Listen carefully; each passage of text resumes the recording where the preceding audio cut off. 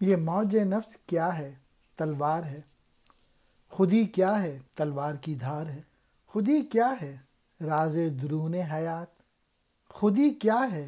بیداری کائنات۔ خودی جلوہ بدمست و خلوت پسند، سمندر ہے ایک بوند پانی میں بند، اندھیرے اجالے میں ہے تابناک، من و تو میں پیدا، من و تو سے پاک، ازل اس کے پیچھے ابد سامنے، نہ حد اس کے پیچھے نہ حد سامنے، زمانے کے دریا میں بہتی ہوئی، ستم اس کی موجوں کے سہتی ہوئی، تجسس کی راہیں بدلتی ہوئی، دمادم نگاہیں بدلتی ہوئی، سبک اس کے ہاتھوں میں سنگے گراں، پہاڑ اس کی ضربوں سے ریگے رواں، سفر اس کا انجام و آغاز ہے، یہی اس کی تقویم کا راز، چاند میں ہے شرِ سنگ میں، یہ بے رنگ ہے ڈوب کے رنگ میں، اسے واسطہ کیا کم و بیش سے، نہ شیب و فراز پس و پیش سے، ازل سے ہے یہ کشمکش میں اسیر، ہوئی خاک آدم میں صورت پذیر، خودی کا نشیمن تیرے دل میں ہے،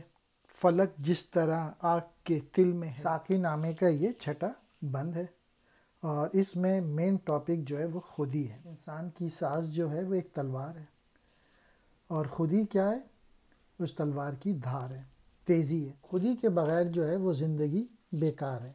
جس طرح سے بے شعور انسان جو ہے وہ بیکار ہوتا ہے، اسی طریقے سے اگر خودی نہیں ہو تو پھر کائنات بھی بیکار ہو جاتی ہے، اور اگر خودی موجود ہوتی ہے تب کائنات بیدار ہوتی ہے۔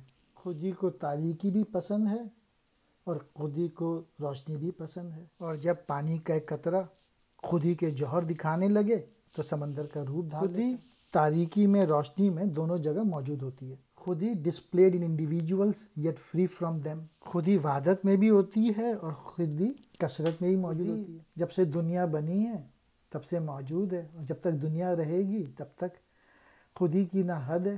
اگر پیچھے دیکھا جائے تب بھی خودی نے بے انتہا کام کیے ہیں اور آگے بھی، تو اس کے کوئی حد نہیں ہے، کوئی کنارہ نہیں ہے۔ خودی جو ہے وہ زمانے کی ناقدری سے ٹکرا رہا ہے۔ خودی کی جو رائیں ہیں وہ بڑی مشکل ہیں اور خودی کو بڑے مشکل راستوں سے گزرنا پڑتا ہے۔ جب خودی بہت مضبوط ہو جاتی ہے تو وہ پہاڑوں کو بھی ریزہ ریزہ کر دیتی ہے۔ خودی کا جو مین انگریڈینٹ ہے وہ سفر ہے، یعنی ایکشن، یعنی عمل، اور یہی راز ہے کہ ہر وقت عمل کرتے رہو۔